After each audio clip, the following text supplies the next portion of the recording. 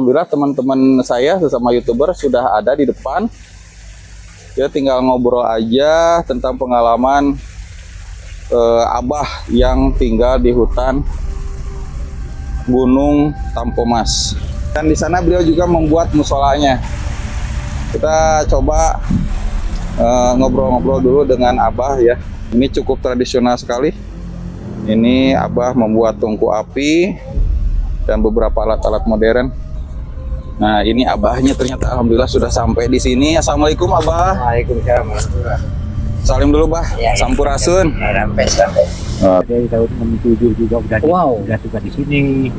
Nah, suka di sini benar. Di malam-malam juga datang di sini.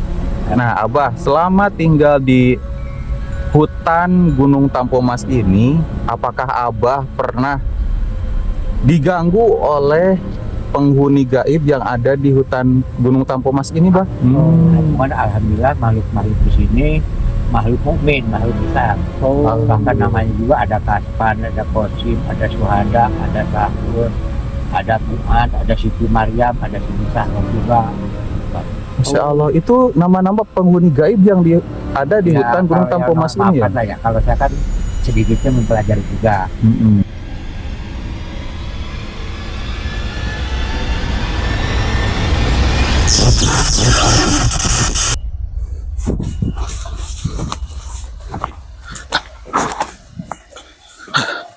Assalamualaikum warahmatullahi wabarakatuh.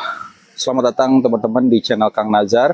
Di sini saya akan bertemu dengan seorang kakek yang tinggal persis di tengah hutan yang ada di Gunung Tampomas. Di sini perjalanan cukup sulit sekali ya. Kakek ini merupakan kakek sakti Mandraguna dan tinggal di hutan Gunung Tampomas selama 40 tahun, tepatnya dari tahun 1980-an. Beliau datang ke sini sambil membawa golok gitu ya, kemudian membuka lahan ini. Nah, kita akan bertanya ke beliau bagaimana pengalaman beliau tinggal di hutan Gunung Tampomas. Konon katanya kakek ini menjaga alam di sini dan juga menolong orang-orang yang sedang mengembara bereksplor ke hutan Gunung Tampomas, baik yang terkena gigitan ular atau yang terserang hal-hal mistis atau gaib. Nah, kalau teman-teman penasaran, ikuti saja video saya sampai selesai. Saya doakan mudah-mudahan teman-teman selalu diberikan kesehatan, diberikan rezeki yang berkah, dan dimudahkan segala urusan. Oke, kita lanjutkan pengembaraan untuk bertemu dengan kakek sakti tersebut. Let's go. Nah, ini mata air yang dibuat oleh Abah tersebut. Dan alhamdulillah teman-teman saya sesama YouTuber sudah ada di depan. Ya tinggal ngobrol aja tentang pengalaman Abah yang tinggal di hutan Gunung Tampomas. Nah, sebelum kita ke sana, saya pengen lihat dulu mata air yang ada di sini. Tuh. Sekali beliau pulang ke rumah penduduk ya untuk membawa barang-barang agar hidupnya beliau di hutan Gunung Tampomas ini terjamin. Bisa dilihat ya teman-teman, itu airnya jernih banget. Dan di sini saya menemukan sebuah buah yang unik ya. Ini nampaknya buah beri atau apa ya? Teman-teman bisa jawab di kolom komentar. Tuh. Nah, beliau juga taat beribadah ya, alhamdulillah. Di sini beliau membuat berupa pancuran ya, pancuran. Nanti airnya keluar seperti ini. Nah, kita ikuti saja ya. Ini nyampainya di mana? Nah, tuh. Beliau juga membuat selang. Dan teman-teman ternyata Abah ini membuka lahan ini tahun 1984 dan alhamdulillah tahun 2007 dibantu oleh warga setempat dan pemerintah ya membangunkan irigasi, dan di sana beliau juga membuat musolanya. Kita coba ngobrol-ngobrol dulu dengan Abah ya. Ini sambil kenalan, ini Abah siapa? Wah, ini cukup tradisional sekali. Ini Abah membuat tungku api dan beberapa alat-alat modern. Nah, ini Abahnya ternyata alhamdulillah sudah sampai di sini. Assalamualaikum Abah. Waalaikumsalam. Salim dulu Bah. Ya, ya. Sampurasun. Sampai. Luar biasa. Nah, ini Abahnya menurut kabar sih tahun 1984. Nah, nanti kita akan tanya nanti apakah betul sudah 40 tahun di sini atau bagaimana. Oke, tonton terus video ini sampai selesai. Nah, beginilah teman-teman kondisi rumah Abah, gubuk Abah Uje ya. Kita mau coba lihat ke dalam ada apa saja. Nah, alhamdulillah karena sekarang sudah dibantu oleh warga sekitar, Abah mendapatkan penerangan. Namun di tengah hutan ini masih tetap sederhana, ukurannya sekitar 3 atau 2,5 kali 4 meter ya. Ini tempat tidurnya seperti ini. Sudah ada pakaian hangat dan ini tempat ibadahnya Abah. Luar biasa. Alhamdulillah teman-teman, kami para YouTuber sudah sampai di rumahnya Abah yang tinggal di hutan Gunung Tampomas. Kabarnya sih sudah 40 tahun tinggal di sini, namun kita akan bertanya langsung ke Abah apakah benar membuka lahan ini pada tahun 1980-an. Namun sebelumnya kita akan berkenalan dulu. Abah, apa kabar? Alhamdulillah baik. Alhamdulillah baik. Mohon izin Abah, kalau boleh tahu nama Abah itu siapa ya, Bah? Kalau nama saya tuh Abah Udin. Abah Udin aslinya. Cuman kalau julukan banyak juga sih. Ada Abah Uje, bukan Uca Jepri, tapi Udin Jable. Udin Jable. Ada Abah Metik juga. Abah Metik. Ada makhluk langka juga. Wah, banyak ini Abah ya. Banyak sekali. Juga ada. Yang cocok apa ya kira-kira? Kalau Abah ini yang paling berkenan di hati, Abah apa julukannya? Orang-orang pada banyak yang udah banyak tahu mah Abah Uje. Abah Uje. Kalau gitu kita sepakat kita panggil Abah Uje aja ya. Iya. Abah Uje memang betul ya di sini itu tinggal sudah 40 tahun lebih. Enggak juga sih. Bisa diceritakan Pak yang Cuman sebetulnya? Kalau dari dulu memang sebelum ada wisata di sini, saya suka mondar-mandir ke sini. Karena kalau saya punya doa dari kiai dikerjain di sini. Itu dari bang juga belum masuk listrik. Masih jalan kaki di sini, belum ada wisata, belum. Dulu nggak ada gubuk-gubuk ini. Ada juga saya kalau berdoa itu menunggu sepertiga malam antara jam 1 dan jam 3 di gubuk kehutanan di atas. Wow. Ternyata Abah punya gubuk kehutanan yang lebih jauh dari sini ya gitu ya. Jauh juga dari sini. Gubuk kehutanan. Nah, Abah kalau dari tahun 80-annya itu memang betul, Bah? Ya, Atau kalau bagaimana? memang dari sebelum 80 juga kalau punya doa dari kiai bisa dari tahun 67 juga udah suka di sini. Suka di sini benar. Di malam-malam juga datang di sini. Kalau udah habis kerjaan ya pulang ke rumah. Luar biasa. Ini bisa mungkin dikatakan dengan sakti mandraguna barangkali karena kebiasaannya berbeda dengan orang yang biasa. Enggak juga sih. Kalau orang pada umumnya kan masuk ke hutan ya. Itu punya ala keyakinan. Oh, Jadi keyakinan. nggak pernah punya rasa takut. Kenapa nggak ada makhluk halus yang memakan manusia lah istilahnya. Oh iya betul. Luar biasa. Nah, ini Abah punya keyakinan yang di luar kebiasaan orang pada umumnya. Nah, Abah selama tinggal di hutan Gunung Tampomas ini, apakah Abah pernah diganggu oleh penghuni gaib yang ada di hutan Gunung Tampomas ini, Bah? Ya sebetulnya ini boleh percaya boleh tidak. Iya. Karena apa ya, namanya satu saya memang dipelajari juga. Bahkan ini maaf Pak, ini sebetulnya ada sampai banyak tahu namanya. Cuman alhamdulillah makhluk di sini makhluk mukmin, makhluk Islam. Bahkan namanya juga ada Kaspan, ada Qasim, ada Syuhada, ada Sahur, ada Fuad, ada Siti Maryam, ada Siti Sahur juga. Masya Allah, itu nama-nama penghuni gaib yang ada di hutan Gunung Tampomas ini ya? Ya, kalau saya kan sedikitnya mempelajari juga. Kemudian menghayati juga namanya makhluk hidup tersebut kan.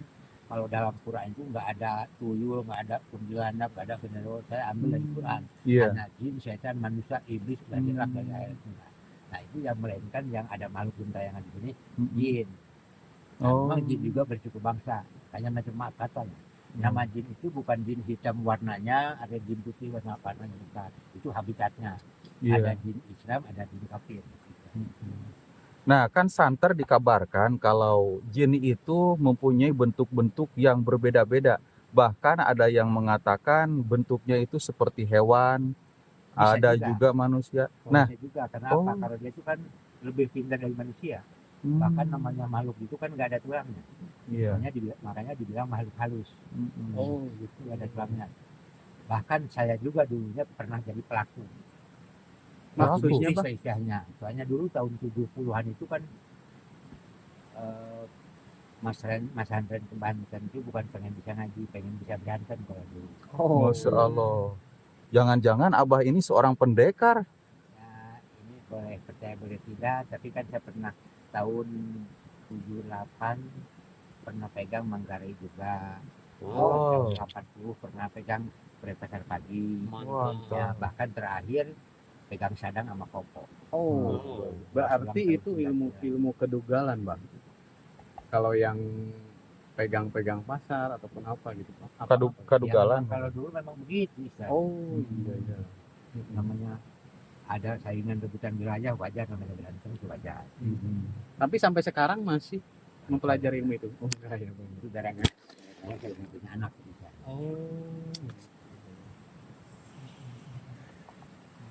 Oh ya, Bang, katanya di sini juga ada curug ya, Bang? Kalau di sini kalau sekup nasional dibilangnya Curug Emas. Oh, Waktu Gunung Tampo Mas ini masih namanya Gunung Gede. Nah, bahkan kalau orang sini bilang Curug Ceres Gantung. Nah, kalau sudah ada wisata dibilang Curug Ciputrawangi. kalau sekarang ya Ciputrawangi ya, Bang. Karena ada mata air Ciputrawangi di sini. Kalau sebetulnya kalau dalam sekup nasional itu gunungnya Gunung Gede, curug di sininya Curug Emas dibilangnya orang-orang. Yang banyak yang tahu kan orang-orang ritual yang Oh, gitu.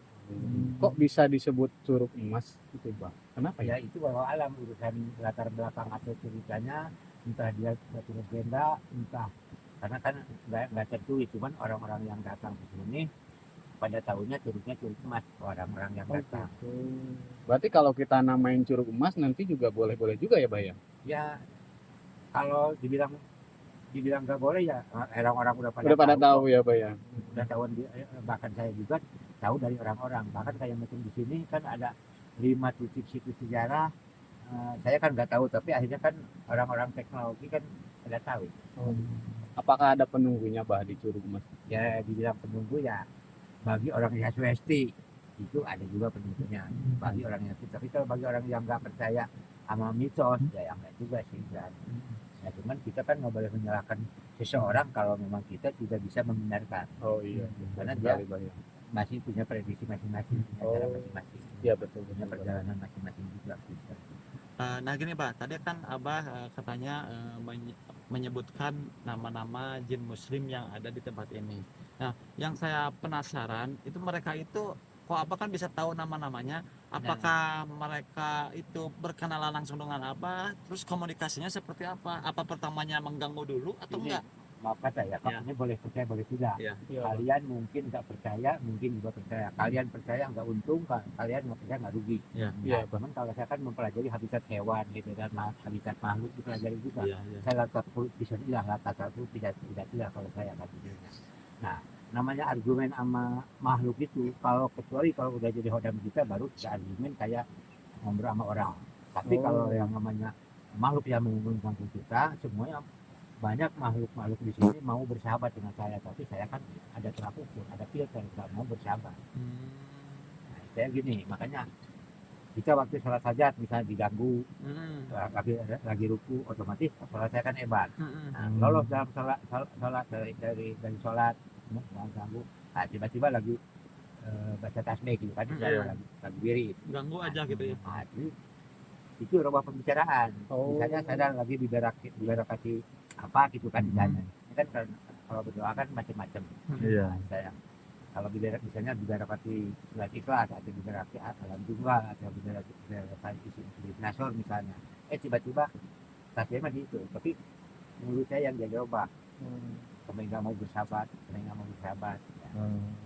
ya otomatis saya kan istighfar ya, berarti saya batal kembali lagi. Nah, kadang-kadang mengganggu dalam mimpi, kalau dalam mimpi baru bisa argumen lama. Kalau namanya melihat itu cuma sekejap mata kalau mau makhluk. Nggak ada yang namanya kita melihat makhluk jalan. Bagian yang namanya orang-orang suka banyak yang suka sok lah istilahnya, mau bilangnya kerasukan jin ini jin itu misalnya, atau kerasukan yang Prabu Silangi. Allah membuat satu jiwa satu nyawa, mustahil ada 2 nyawa. Berarti Bah, kalau yang bisa saya simpulkan, nama-nama jin muslim yang tadi Abah sebutkan itu awalnya mempengaruhi pikiran Abah dari mulai mulut, hati. Iya. Itu mungkin bentuk komunikasi Abah. Boleh percaya boleh tidak. Iya, Silakan ya, Heeh. saya silakan. Tapi kan saya mempelajari. Iya, Bang. Dan mungkin yang paling lamanya kalau Abah bisa ladenin gitu berarti pas waktu kalau lagi datang di mimpi gitu. Mimpi itu baru bisa argumen, bisa ngomong. Kalau lagi sholat mah Abah mungkin Ya, di hiraukan aja. Orang sekejap mata kok. Oh. Misalnya ada yang makmum di belakang saya. Oh, ada makmum. Iya, makmum. Oh. Masya Allah. Berarti emang kebanyakannya di sini muslim ya? Kalau di sini ya kan di sini juga ada. Dan di Batu juga ada. Di Batu juga ada. Tapi kalau yang datangnya berupa misalkan mohon maaf gender kun kayak gitu Ya nggak ada. kalau makhluk kan bisa macam-macam.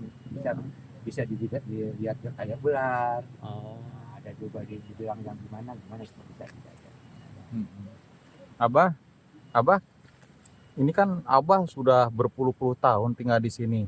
Apa sih alasan Abah mau tinggal di sini jauh dari rumah penduduk begitu? Ini maaf kata ya, kalau saya tuh sebetulnya mencari senang dan tenang. Seneng dan senang. Senang dan tenang. Oh. Banyak orang senang tapi hidupnya nggak tenang ya. Kalau saya alhamdulillah. Jadi senang dan tenangnya saya miliki. Alhamdulillah setelah tinggal di sini, Ya. begitu. Lantas Abah kan di sini jauh banget nih dari rumah penduduk. Untuk makan dan minum itu Abah gimana? Sama apa saya ini bukan pamer pula. Rezeki namanya manusia kan ada rezeki dari Tuhan. Betul, Burung terbang sama sayapnya, manusia hidup dengan akalnya dan rezekinya. betul. Nah kebetulan saya bukan ngaku bisa, Iya. cuman banyak orang-orang datang yang anggap saya orang bisa. Oh. Ya ini buktinya kayak banyak kopi, banyak rokok juga dikasih orang. Iya. Ya ada orang minta baju doa itu, doa ini. Tapi kalau saya itu nggak pernah berbicara dengan kalimat pasti. Iya. Semua orang kan fata morgana, barangkali yang tani barangkali untung taninya, yang dagang barangkali untung dagangnya, ahli ibadah sekalipun barangkali diterima ibadahnya. Sujud, ruku, tarkir, bacaan pasayat tapi wudhu kena yang sama, mustahil diterima sama Allah ibadah kita. Kita jangankan minta sama Tuhan, gak suci, minta sama orang tua juga kadang diberi, kadang enggak, kadang dimarahin malahan. Iya. Makanya kalau saya tuh nggak pernah berbicara dengan kalimat pasti kalau membantu orang. Justru ibadah saya tuh keuntungan saya bisa sholat di malam hari, bisa zikir di malam hari. Nah kita harus bisa membedakan antara zikir dan diri. Kalau zikir hanya tawadu untuk ibadah, Iya. untuk ibadah. Tapi kalau wirid manusia itu kan berharap. Makanya ada itu kan sekian ribu, sekian ratus. Padahal dalam Quran tuh nggak ada. Kata ini bukan mungkin ya di luar nalar. Sesuai dengan pengalaman. Sesuai dengan pengalaman dan pengetahuan Abah ya. Oh, kebanyakan yang datang ke sini minta untuk dilariskan atau dimudahkan usaha begitu ya, Bang? Nah, itu caranya. Banyak macam aneka ragam masalah. Nah, namanya yang datang ke sini nggak pernah ada orang yang datang, Bang, alhamdulillah lagi senang, lagi kaya, lagi banyak, nggak pernah ada. Tapi yang ada orang punya hutang, ada bingung, ada susah, sedang sakit, dan minta bantuan sama Tapi kalau misalkan nggak pernah berbicara saya bisa menyembuhin orang sakit, ya bisa. Nah, cuman kita berharap aja ke Tuhan. Cuman harapan saya, doa saya izin Allah juga. Soalnya perbuatan manusia kan izin Allah semua. Yang zina, yang maksiat, yang judi izin Allah. Cuman ada garis bawah tidak ada ridha Allah. Iya. Itu kan barangkali semua. Nah, kalau yang datang ke sini untuk meminta pesugihan itu ada nggak Bang kira-kira? kalau masalah pesugihan mujak itu maksudnya. Soalnya Iya. kan yang Munjung. saya lihat Abah ini tinggal di tengah area pedalaman hutan ya. Maaf kata ya. Dan Maaf dekat kata. sekali Kalau dengan air orang terjun. datang, orang yang datang kan macam-macam. Ada yang minta guna-guna apa segala macam, bagi saya nggak mau. Karena apa? Saya membantu orang dengan cara lillahi ta'ala. Kalian nggak mau keluar akidah, nggak mau saya keluar. Berarti yang minta santet pun juga ada. Ada yang mau minta santetin orang, tapi kan saya kan nggak mau kalau disitu. Pesugihan juga ada. Ada juga, tapi ya kan saya nggak mau juga. Sama Abah dibalikin ya bah ya, biar nggak Dilurusin. Iya, Kan dilurusin. ada orang datang ke sini, bah minta doa, buat apa? Buat biar diseni orang-orang banyak. Nah, cuman kalau saya kan dijalani dulu. Sekalipun kita berdoa, doa itu hanya pendukung. Balik lagi sama pikiran diri sendiri. Perilaku robah. Misalnya ada orang pekerja yang di kantor itu, kantor ini misalnya, bah mohon dengan sangat saya minta agar bos saya senang atau instansi ini senang sama saya. Nah, tapi jangan pengen kepake. Kalau bekerja itu harus pengen dipakai. Nah mungkin mereka berpikir, makanya mereka meminta pesugihan sama Abah. Mungkin kan Abah yang pertama tinggal di tengah area hutan, dan yang kedua Abah di sini ada curug, katanya curug emas. Mungkin mereka berpikir yang namanya curug emas ini banyak harta karun mungkin Bah, makanya mereka ingin meminta pesugihan. Ya. Kalau saya langsung dijawab, memang orang-orang banyak yang pada datang ke sini. Ada yang dari yayasan itu, yayasan ini, mencari harta karun. Itu harta yang dilaknat sama Allah kok dinaikin sama kita. Oh iya. Maka saya langsung ngomongin, sampean nggak tidur tapi banyak mimpi. Iya, Betuin langsung kalau banyak orang yang mencari harta karun. Nah itu orang yang paling jauh dari mana Bang? Karena orang dari Palangkaraya sama dari Aceh. Orang Aceh datang ke sini. Kalimantan, Palangkaraya. Kalau nggak salah. Kalimantan, Aceh Ya. datang ke sini. Nah mereka tahu lokasi ini dari Ya, nggak siapa? tahu lah, cuman ada rapat dari gimana itu urusan hak mereka. Ya, cuman kalau saya kan namanya tamu kan wajib diterima. Nah mungkin pembahasan kembali lagi ke misteri Bah. Karena Abah ini tinggal di tengah area hutan, dan kata Abah juga katanya Abah sering sekali melihat sosok-sosok mungkin di luar nalar manusia ya Bah ya. Enggak juga sih. Oh berarti enggak juga. Enggak juga. Ya itu paling sekali-kali diganggu kalau saya lagi ada maksud. Kalau biasa-biasa ya enggak. Nah sekiranya ada enggak yang menemani Bah? Soalnya kan Abah di sini tinggal sendirian berarti Bah. Nah, udzubillah hindari, kalau saya tuh nggak mau bersahabat. Minta hanya sama Tuhan dari saya. Maaf kata, bukan saya suci lah istilahnya. Karena saya dulu pernah jadi pelaku dulunya. Sudah bertobat. Sekarang sudah bertobat berarti Bah. Insya Allah, ya harapan begitu kan. Nah maksud dan tujuan Abah tinggal di tengah hutan ini awalnya apa? Apakah Abah ingin mendekatkan diri kepada Allah Subhanahu Wa Taala kah? Atau memang ada tujuan lain atau apa? Memang hobi saya dari dulu juga. Saya itu udah punya rumah, bahkan pernah kita duduk juga di sawah, tinggal sendiri. Saya kan di usia 75 ini kan punya bini kan cuma 8 tahun. 4 tahun orang sini, 4 tahun orang Sarawak.